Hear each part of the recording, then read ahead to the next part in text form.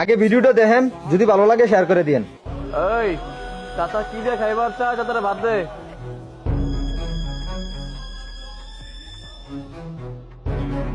খিদা লাগছে অনেক, অর্ডার দিত। হ্যাঁ তোলা দেখ ওই লোকটা কিভাবে খাইতেছে। আমার মনে হয় কি আপু লোকটা অনেক ক্ষুধার্ত, অনেকদিন ধরে খায় না। আচ্ছা একটা জিনিস দেখছো, তোমার চেহারা না মায়ের দাগ।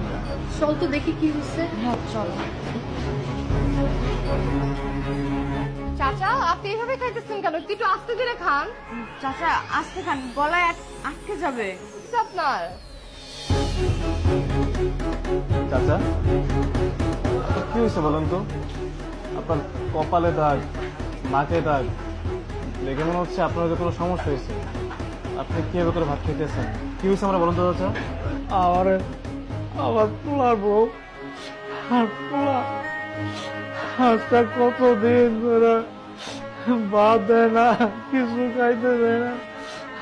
আমি না খাইতে খাইতে আমার অবস্থা কি হয়েছে, আমি খালি শুধু পানি খেয়ে থাকি। আমি ভাত চাইলে আমার ভাত দেয় না। এই যে দেখো বাবা, আমারে কেমন করে মারছে। এই যে চাচা আপনার মাছ থাকেন বাবা রে, আমার যে সই সম্পত্তি আছে এইগুলো কইছিল আমার ছেলে বউ ছেলের নামে লেখা দিতাম।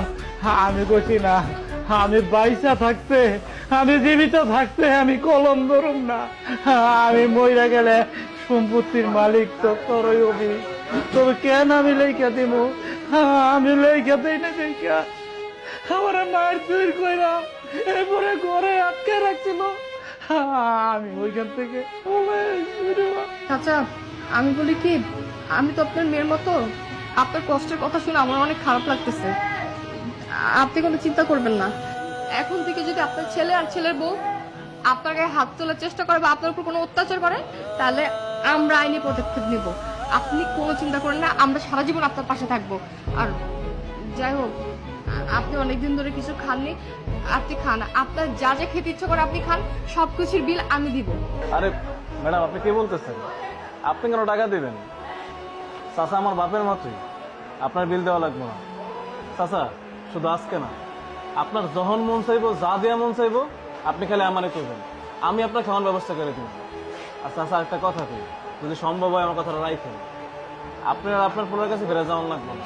ওই বাড়িতে আপনার সুখ নাই, আপনি দেখেই বুঝতেছেন আপনি কতটুকু কষ্টে আছেন।